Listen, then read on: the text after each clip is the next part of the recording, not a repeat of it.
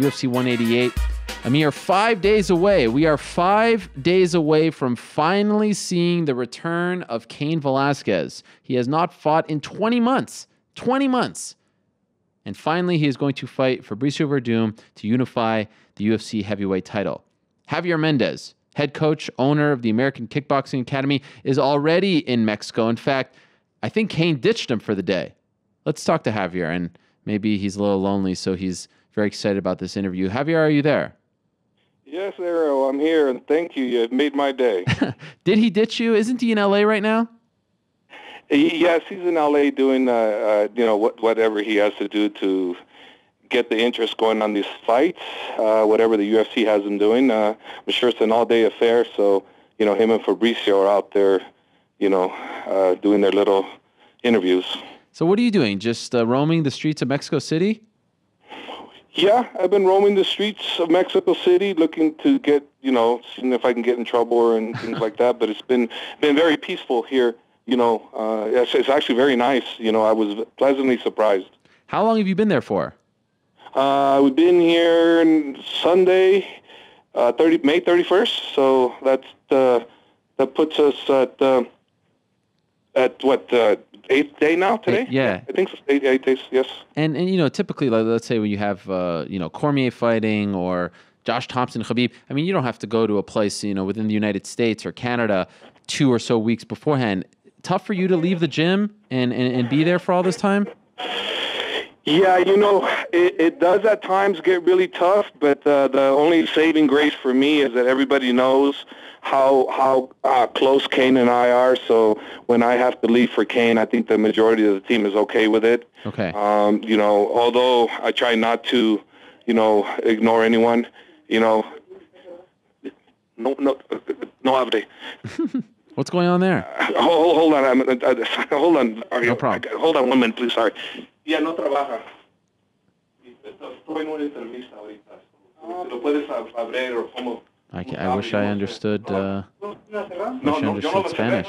Okay, gracias. Déjala abierta porque puedes entrar para atrás. Sorry, Ariel. My Spanish is getting better since I've been here. I was super impressed. Wow, what were you talking about? I know. Hey, I'm more impressed with myself all the time. I'm going, son of a bitch. I'm getting good at this. Where were you born, by the way? I was born here. That's the sad part. Yeah. Don't laugh about that, though, okay? So this is a homecoming for you, right? Well, I kind of look at the U.S. as my home, but I take pride in the fact that I'm Mexican. But yeah. U.S. is my home. That's where my whole life has been. I'm proud to be a Mexican, but I honestly, I'm an American more than I am Mexican.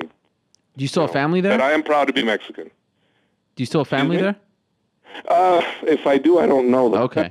It's funny that they're in LA and Werdum, I believe, is in Miami doing media, because I've talked a little bit about this, but now, it obviously comes to light. I feel like this card has really flown under the radar, possibly because there have been so many fights as of late, some big ones, UFC 187, which you were a part of course, for Daniel Cormier. This is a big deal. This, to me, is one of the most fascinating UFC heavyweight title fights ever, period. And it's the return of Cain. It's 20 months in the making. I don't need to sell you on this fight, but you kind of feel like this one has kind of crept up on people and really not gotten the attention that it deserves? Oh, 100%. It's crept under the radar. And, let's face it, Ariel, it's because he hasn't fought in a while, and people are not believers that he's actually going to be fighting. So, there's a lot of interest lost in that, and rightfully so, until he can come back and continue to fight healthy and do what he's been doing, then people have faith. But right now, 70% are getting faith in himself, but I'm sure 30% are still going, is he going to make the fight? We'll see, and you can't really blame the fans. That's what fans do, it's not personal. It's a sport, and I feel very good about this fight, but, I can understand why there's not as much attention. I have said that if someone doesn't have a fight booked or, just doesn't defend their title in a 365-day period, the UFC needs to move on. I know that probably wouldn't make you very happy, but I'll own up to it. I'll tell it to your face, or at least over the phone. Am I crazy for thinking that?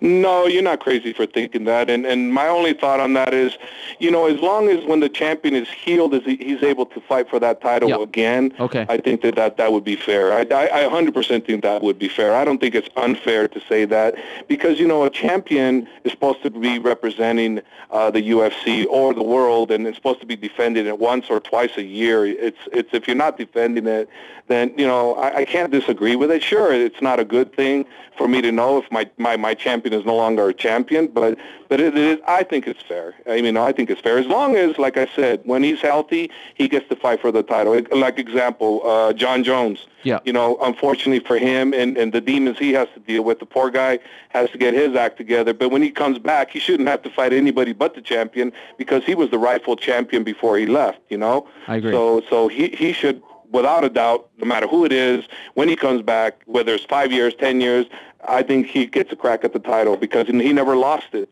to the fight. He lost it outside of the fight. And that being said, Daniel Cormier, by no doubt, is 100% the real champion because it's just like when Muhammad Ali, when they stripped him of his title because he refused to go join the forces, you know? Yep. And does that make the person that took it when Ali when they stripped it from him, not the real champion? Of course, that guy was the real champion, but Ali got to fight for it when he got back.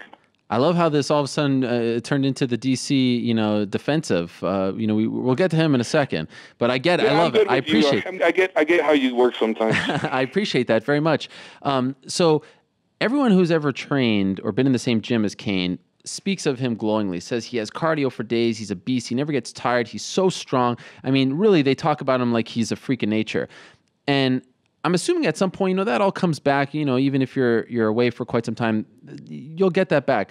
But how has the mental side of things taken a toll on him to be out for so long? Before that last fight in Mexico, to have to pull out, go under the knife once again. Was that the real challenge here to get him back focused and believing in himself? Because I would imagine that there were some mental roadblocks there along the way.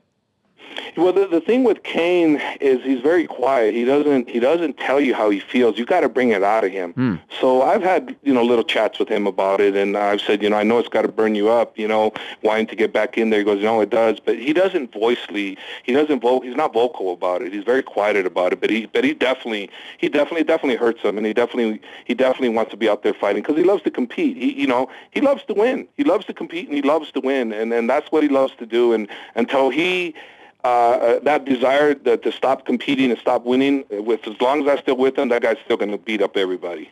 You know, you told Dave Meltzer recently of MMAfighting.com that Werdum has no chance against Cain.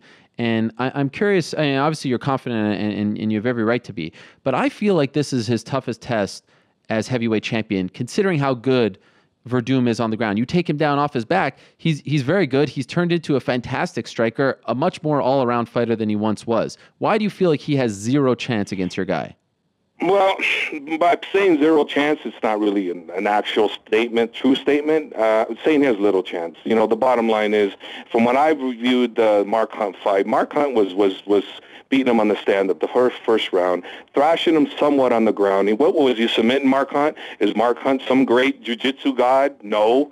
You know, well, why was Mark Hunt able to do what he was able to do with him? Because Mark Hunt's a tough fighter, you know, and Cain's above that as far as the grappling area, and as far as the arsenal that Cain has is by far higher than just about anybody in the division. On top of the fact that nobody can deal with the pressure that Cain puts on everybody. Nobody could. Even when I have him go light 5 rounds, Ariel, they can't handle it. The guys are like, after 2 rounds, they're like huffing and puffing, like, son of a bitch, can't get this guy off of me. And we're talking light. We're not talking about all out. Right. So how are you going to deal with that in a real fight? Here's this guy who's going to continue. That's his game. And like I told him, I said, you know, Cain, I want you to continue. We're going to continue to build pressure on people until we can find someone that can change that. Then we'll change our plan. But right now, there isn't nobody out there that can stop that pressure. And you know what? Outside of JDS, and JDS has got a while before the fans will believe in that. That to me is still the second toughest son of a gun out there. And I think JDS could be a great champion in his own right if Cain Velasquez wasn't around. So you think, as far as challenges are concerned, this is below JDS? Oh, for me, yes. For me, Right. 100% yes. When every time we fought JDS, man, my mind was going, oh crap. Okay, I can't screw up. I got to be on point. I gotta make sure we don't screw up, because one move with that guy and you're out. And all 3 fights I was that way. The first one was the most nerve-wracking because, he couldn't wrestle. Right. But even regardless of that, regardless of whether he couldn't wrestle, JDS, hey, he still landed that shot. We can't forget that. And I'll never forget how great of a fighter JDS is. And I'm sorry, but, Fabricio's good. I don't take nothing away from him. He's really, really good. But he's not JDS. And there's no one out there, in my opinion, that I see that is at the level of JDS. There isn't. So you guys, that's from my perspective. Sure, though. of course, and we respect that. You came early to Mexico. Werdum has been there for quite some time. What's the what's the transition like? The altitude, all that. I mean, does it take a few days to really get used to it? Oh yeah, Yeah? oh yeah. I mean, originally I told Cain we need to go in early. He goes, nah. I go, no, we're going early. He goes, no, I'm not. I go, yes, you are. You're going early. He goes, no, I'm not. I go, yes, you are.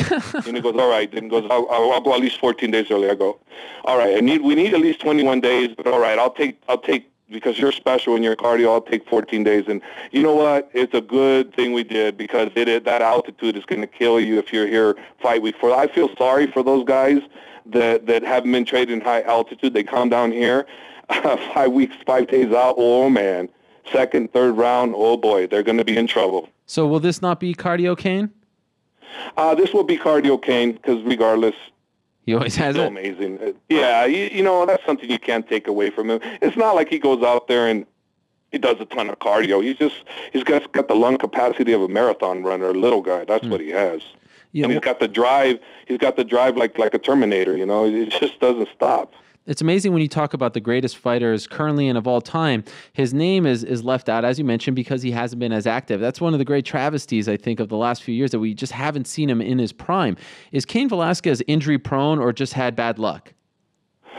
Well, let's just look at it different ways, okay? It could be considered bad luck. It could be considered that maybe we need to get better as coaches, like Dana stated, and I think that Dana was correct in some of what he was saying, because we as coaches owe it to our fighters to pay attention more.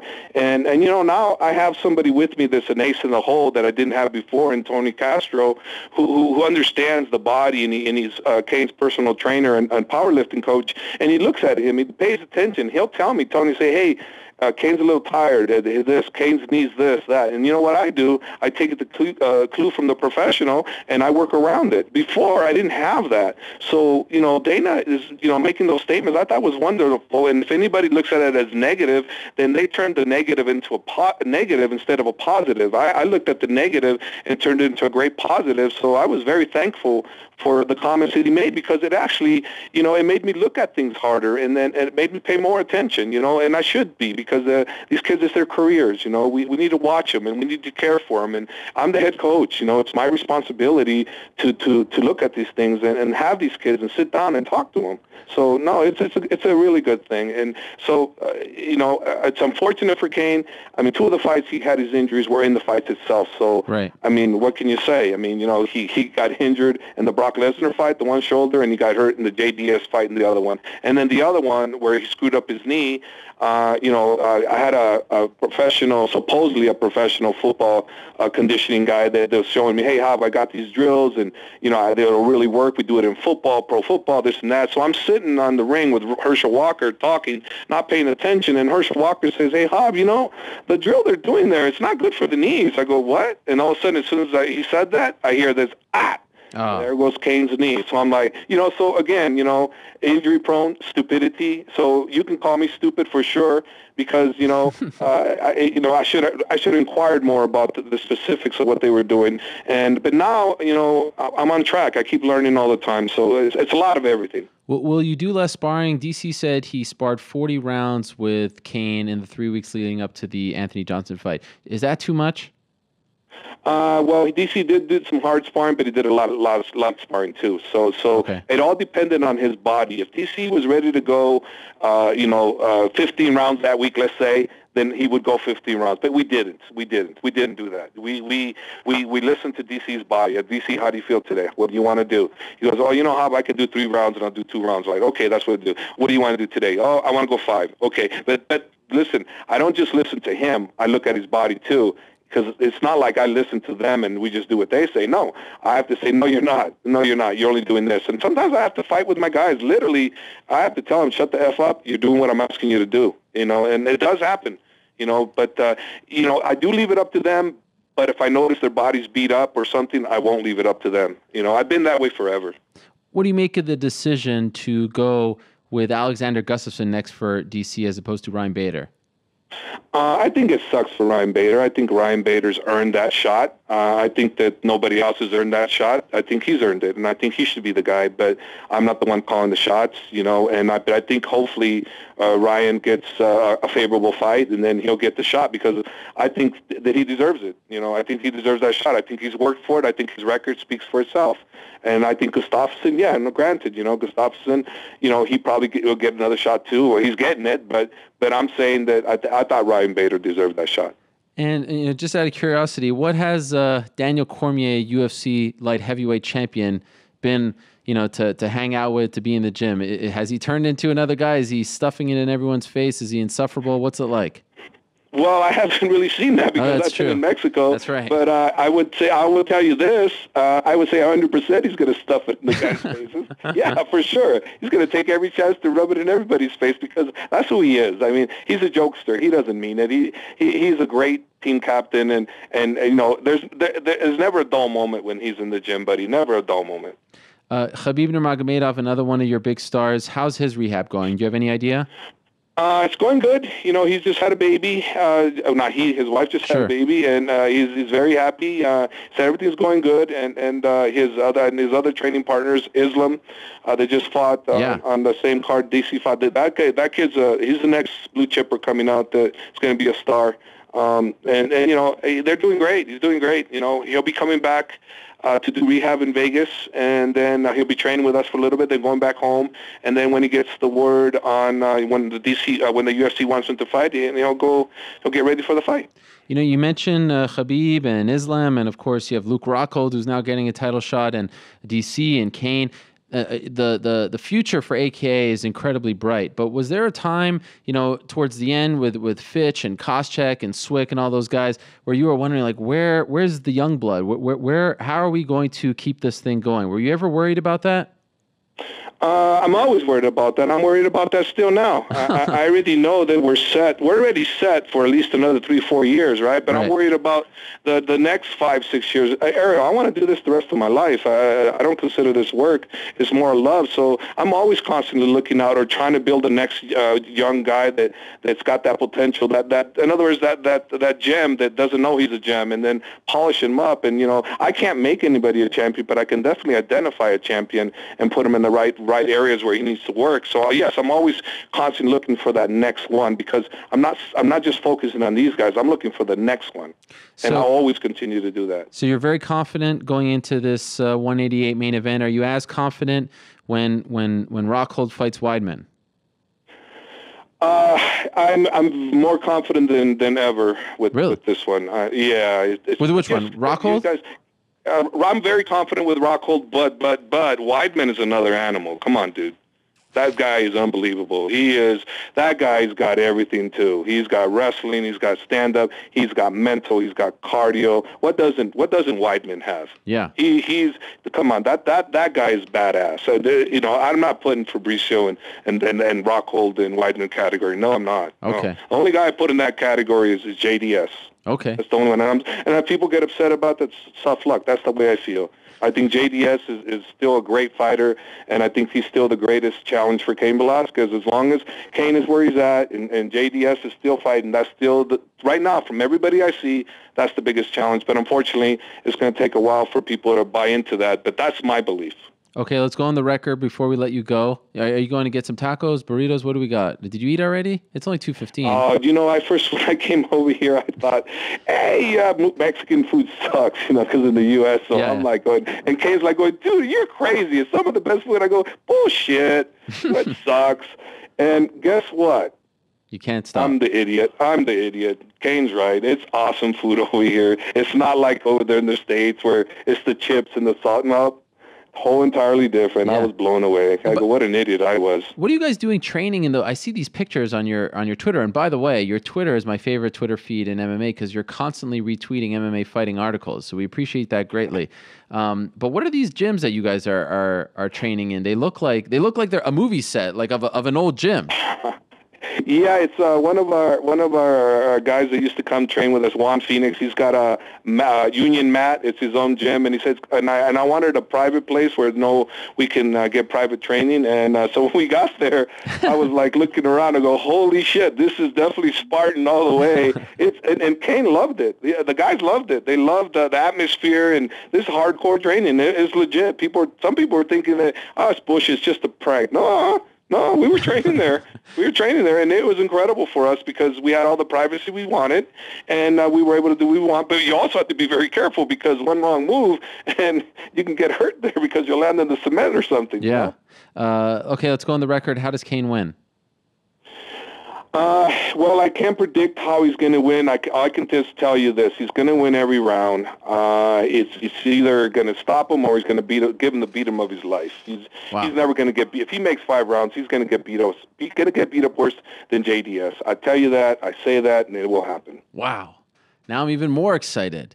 It's a fight worth talking about, and I'm surprised it's not getting more attention. I hope that changes in the coming days. Can't wait to get to Mexico. Can't wait to be there. Can't wait to take it all in. It's going to be a great atmosphere when Cain Velasquez finally returns. Javier, thank you so much for the time. I know you're very busy on this Monday over there. You got a packed schedule, so I appreciate you fitting us in, and we'll see you very soon. Again, good luck in the fight, and thanks for coming on today.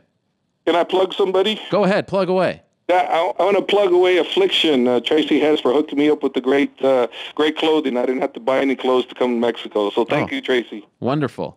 I appreciate that as well. All right. Thank you very much, Javier, and good luck to you guys. All right. Bye-bye. There he is, Javier Mendez, owner, head coach over at the American Kickboxing Academy. Huge night coming up for them. Saturday night, UFC 188, title versus title. Cain Velasquez versus Fabricio Werdum.